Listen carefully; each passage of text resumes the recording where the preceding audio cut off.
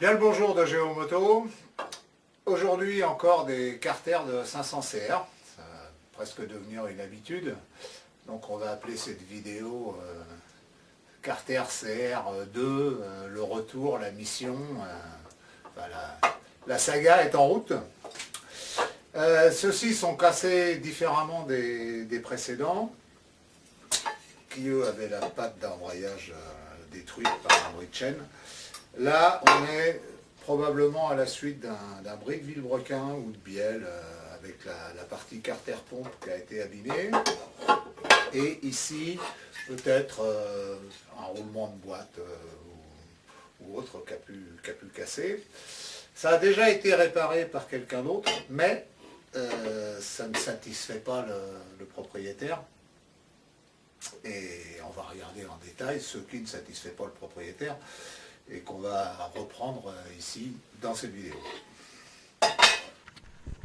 Les soudures exécutées dans la partie carter de vilebrequin présentent des creux qui viennent de la présence d'huile au fin fond des pores du métal et qui viennent polluer la soudure lors de son exécution.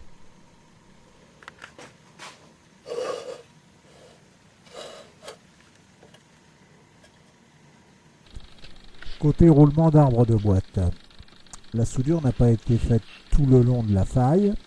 Elle est en train de craquer dans la partie qui a été soudée et elle n'a pas été prolongée jusque dans l'alésage qui supporte le roulement, probablement parce que celui qui l'a faite ne disposait pas de moyens d'usinage permettant d'enlever le métal en excès. L'huile qui était contenue dans l'aluminium ressoudé dans cette zone est venue se transformer en dépôt charbonneux. Il faut l'éliminer impitoyablement.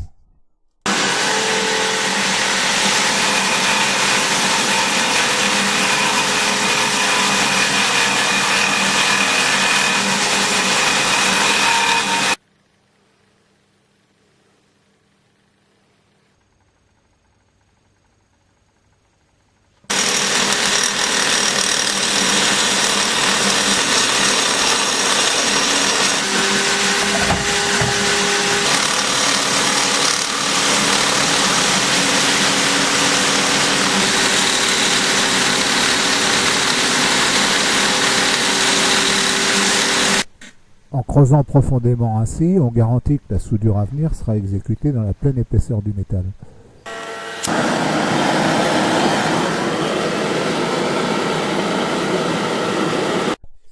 Préchauffage de la masse d'aluminium à ressouder dans la zone côté vilebrequin.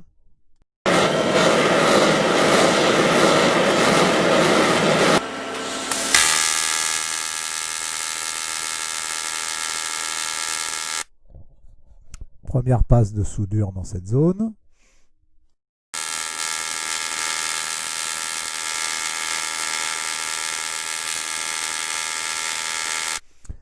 Et comme la fumée dégagée le laissait supposer, on obtient un gros pâté bien charbonneux.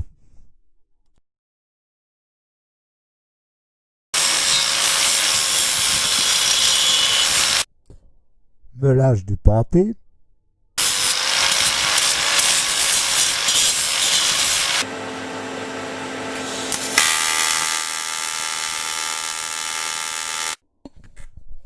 Nouvelle soudure qui sera suivie d'un nouveau meulage, puis d'une nouvelle soudure. Dans ce cas-là, il a fallu s'y reprendre à 5 fois quand même.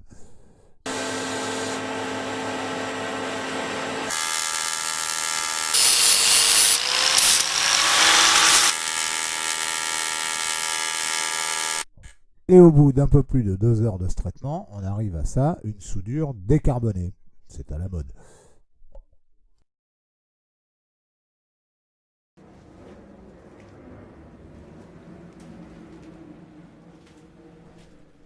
Ponçage, soudure, intérieur, extérieur, sur la tranche qui deviendra le plan de joint comme ici.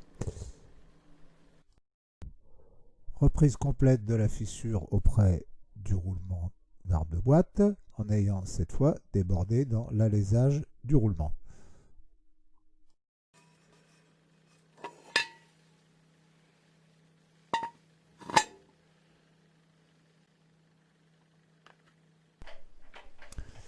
La soudure n'est pas un procédé qui se distingue par sa précision, et il va donc falloir usiner le métal en excès. On va commencer comme ici par l'usinage des plans de joint des carters. Vous assistez là à la phase de tangence sur le plan de joint existant, de façon à trouver un zéro et à aligner la partie qui va être usinée en suivant avec la partie existante.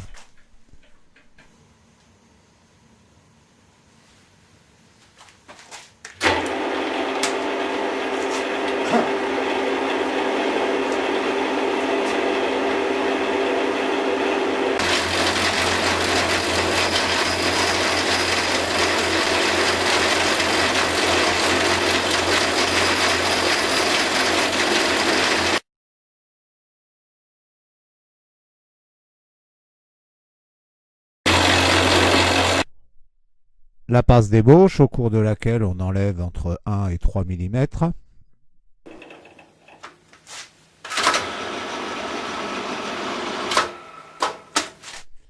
Alignement sur le repère 0 défini lors de l'opération de tangence, puis lancement de l'usinage de finition, de façon à obtenir une continuité entre la partie existante du plan de joint et celle réusinée dans le métal ressoudé.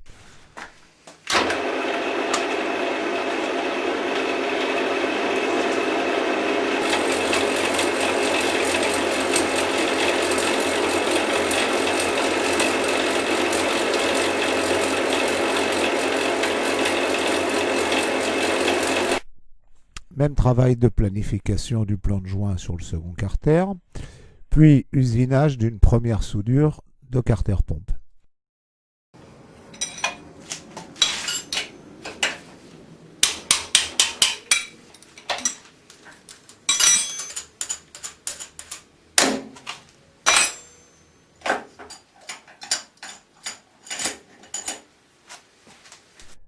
Mise en place d'un comparateur circulaire qui va permettre de centrer la broche sur l'usinage à exécuter.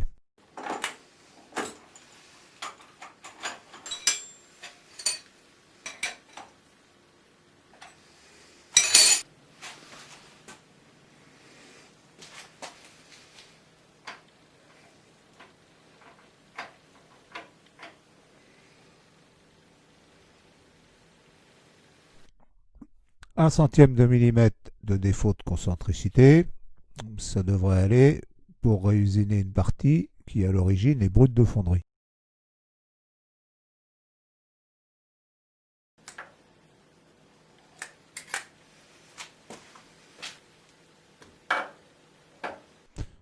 Dépose du comparateur de centrage et installation à sa place d'une tête à alaiser, ce qui ne manque pas forcément de sens pour réaliser un alaisage.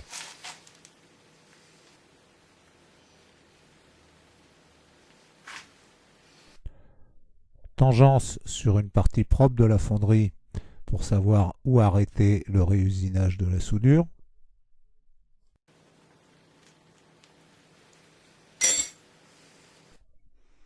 Réglage de la profondeur de la première passe.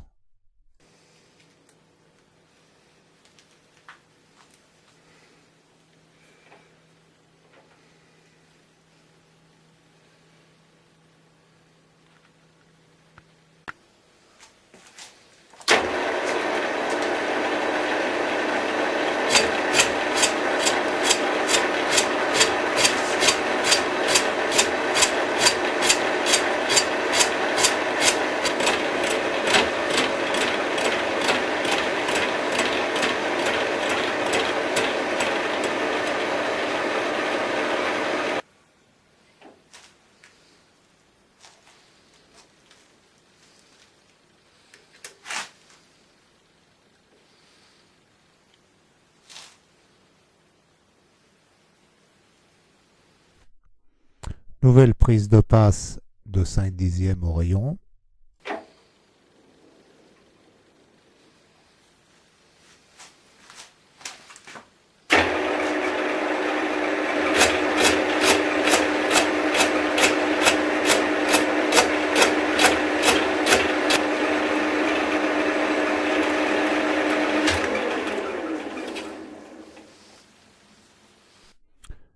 le résultat après la dernière passe.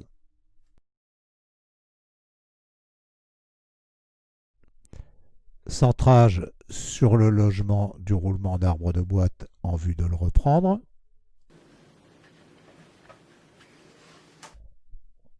Tête à alésé, usinage, et voici le résultat.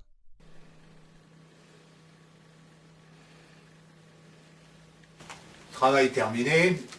Les soucis lors de sa réalisation sont venus, comme prévu au départ, des carters qui sont gorgés d'huile. Ceux-là, ils sont pas neufs, donc ils sont plein d'huile. Et ma foi, malgré les ponçages et reponçages, il y a un des deux sur le carter pompe, là, ça a été repris 5 fois. Et malgré tout, il reste encore des petites bulles, bon, beaucoup moins que lorsqu'ils sont arrivés, mais c'est pas encore l'idéal. Donc, ça, c'était une méthode pour réussir à les souder. Si quelqu'un en a une différente et plus efficace, mais qu'il n'hésite pas à s'exprimer dans les commentaires, ça profitera à tout le monde et à celui qui redonnera des carters à réparer, par exemple. Merci d'être resté jusque-là. À bientôt pour un nouveau boulot qui ne sera peut-être pas des carters de CR.